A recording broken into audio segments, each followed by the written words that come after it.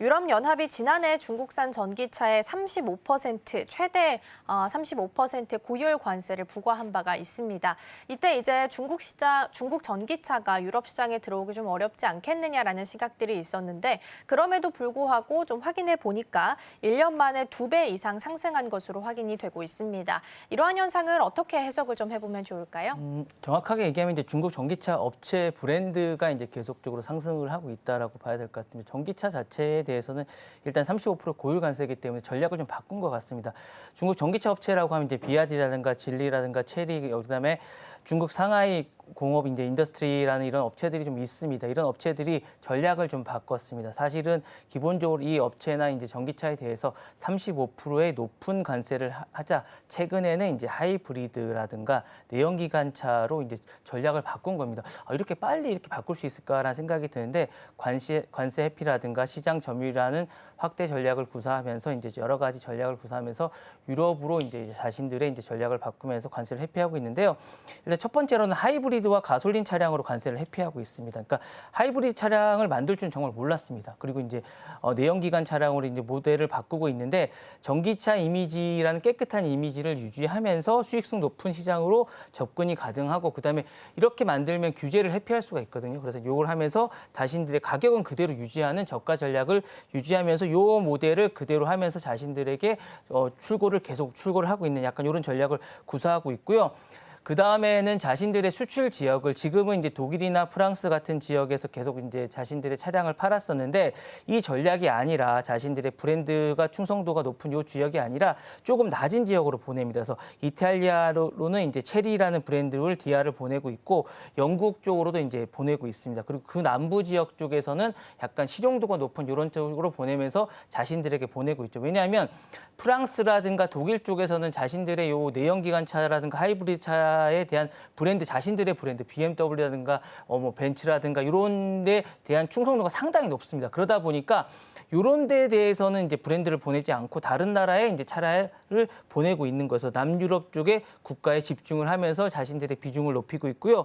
그다음에 빠른 개발과 이제 주기와 낮은 원가로서 자신들에게 어쨌든 힘 있는 것들을 보내고 있습니다. 중국 업체는 평균 이제 6개월에서 9개월 정도의 신모델을 개발하고 있는데 독일은 이런 게 한 2년 정도 걸리거든요. 이런 부분들을 자신들에게 강점으로 내세우고 있고 그런 게 왜 가능하냐면 이제 부품의 수직 계열이라든가 배터리를 자신들이 직접 생산하고 있는 이런 것들이 상당히 이제 제품을 낫게 하는 원가를 절감할 수 있는 이런 것들이 가능하기 때문에 가능하고요.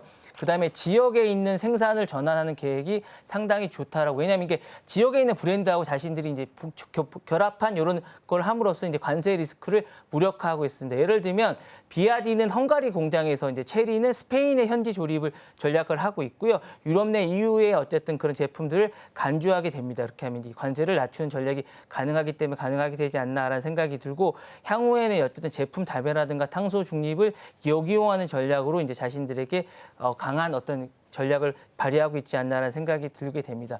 근데 이제 문제는 뭐냐면 저는 약간 궁금했던 게 이런 게 있습니다. 보통 이제 중국에서 만들면 싸지 않나라는 생각이 들면서 이게 과연 사람들이 구입을 할까? 저도 이제 중국 차 하면 나중에 AS가 잘 안 되고 처음에는 뭐 비슷하고 겉모습은 비슷하게 만들겠지만 이게 과연 사도 될까? 그리고 잘 괜찮을까? 처음에는 괜찮지만 나중에 AS도 안 되고 또 나중에 후회할 거야 이런 생각을 하게 됐지만 만약에 비아드인가 체리라든가 이런 것들이 조립 부품 값싼 차가 아니라 디자인이라든가 실내 마감이라든가 이런 것들이 유럽 기준에 잘 맞춘 모델이라고 얘기를 해요. 그리고 이제 독일 차나 이런 거에 대비해서 20에서 한 40%까지 저렴하면서 실제로 이제 그 차이가 별로 나지 않는다는 검증이 좀 됐다라고 합니다. 실제로 이제 비아디 실 같은 경우는 평가는 테슬라보다 조용하면서 고급스러운 데다가 더 싸다라고 이제 독일의 오토모빌지가 이제 실제로 평가를 했다라고 합니다. 그러니까 실제로 평가를 전기차에서 많이 받았기 때문에 이런 내연기관 차들이나 아니면 하이브리드 차들도 실제로 이제 많이 평가를 받고 있어서 많이 판매가 되고 있다라고 하고 있고요. 전기차 시대의 새로운 기준으로 전기가 되면서 전기차에서 많은 인식 전환이 됐기 때문에 가능하지 않냐라는 생각이 되고 있고 중국차 입고를 전기차에 특화돼 있고 이런 기술력 전환이 많이 검증이 됐다라고 생각이 되고 있다라고 합니다. 그리고 이제 이게 이제 실제로 이제 자신들의 브랜드가 강한 뭐 프랑스라든가 뭐 독일에서 판매되면 상관이 없는데 그 지역이 아닌 남부 지역에서 팔고 있다라는 겁니다. 실제 이제 이탈리아나 이런 지역이 아니라 다른 지역, 이탈리아나 요 밑에 지역이죠. 그러니까 제가 말씀 잘못 드렸는데 프랑스라든가 독일 지역이 아닌 이탈리아나 요 남부 지역에서는 이런 게 아니라 사실은 싸고 유지비가 적고 기능이 들어간 차에 대해서는 합리적인 소비라고 생각하기 때문에 이런 차들이 잘 팔린다고 하고 있고요. 마지막으로는 이제 현지에서 이제 브랜드들에게 높은 인지도가 있는 브랜드와 자신이 이제 같이 협업을 하면서 자신들의 브랜드를 높인다고 합니다. 가령 체리는 DR 브랜드로 이탈리아 현지 유통사와 이제 협업을 하고 있고요. 그다음에 진리는 볼보라고 이제 볼보의 트럭이나 이런 것들이 아니라 이제 개인 어떤 상용차와 이제 자신들이 인수를 해서 디자인이라든가 안전 기준을 높이는 전략을 쓰고 있고 상하이 차는 이제 MG 브랜드 영국 상당히 높은 브랜드입니다. 이런 것들을 인수를 해서 자신들의 브랜드를 높이면서 현지화와 유럽 설계 기준을 맞추면서 진입 장벽을 낮추는 전략을 하면서 자신들의 브랜드를 높이지 않나라고 하고 있어 이런 전략들이 아마 먹히고 있는 게 아닌가라는 생각이 들면서 결국 유럽 소비자들도 브랜드보다는 실속을 택하면서 이런 것들이 아마 점차적으로 관세를 낮추면서 자신들의 어쨌든 점유도를 높이는 그런 전략이 되지 않나라는 생각이 듭니다. 네, 유럽에 있어서 중국차 유럽 판매량이 1년 새 2배 정도 급증한 것으로 확인되고 있고요. 그리고 이제 중국 입장에서는 다른 루트를 통해서 그러니까 전기차 대신에 하이브리드로 반격하는 듯한 움직임도 확인이 되고 있다라는 말씀을 주셨습니다.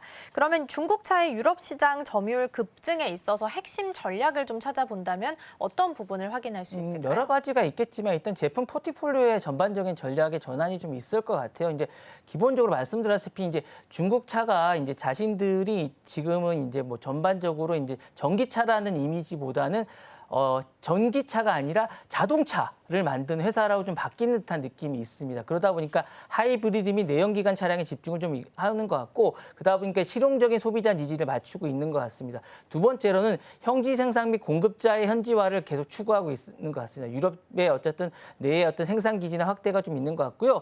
공급망이라든가 이런 것들이 현지화를 계속하고 있고 기술력과 혁신 마케팅을 계속하고 있는 것 같은데 문제는 제가 볼 때 이런 것 같아요. 정체성이 과연 이게 맞을까라는 고민이 좀 있는 것 같습니다. 왜냐하면 테슬라 하면 전기차라는 인식이 있고 테슬라는 이런 걸 하지 않습니다. 내연기관차를 절대 만들지 않아요. 하이브리드 차를 만들지 않는데 중국은 현재는 어쨌든 지금은 점유율을 높이기 위해서 이런 것들을 하고 있는데 정체성 우려라든가 뭐 브랜드 혼종화가 과연 옳은 것인가에 대한 고민은 좀 생각해봐야 될 것 같은데 중국은 일단 살아남기 위해서 현실적인 정체성보다는 현실적인 어쨌든 전략을 택했다라는 생각이 있고 그다음에 ESG 규제라든가 트렌드를 택했기 때문에 향후에 이런 것들에 대한 고민을 좀 더 해봐야 되지 않을까라는 생각이 들고 이게 맞는지에 대해서는 좀 더 지켜봐야 돼. 어떤 선택이 맞는지는 좀 더 지나봐야 되지 않을까라는 생각이 듭니다. 네. 네, 중국 입장에서는 하이브리드 제품 포트폴리오로 일단은 전반적으로 전환을 좀 하고자 하는 전략이 체크가 되고 있으나 앞으로 조금 더 체크는 해봐야겠다라는 말씀 주셨습니다.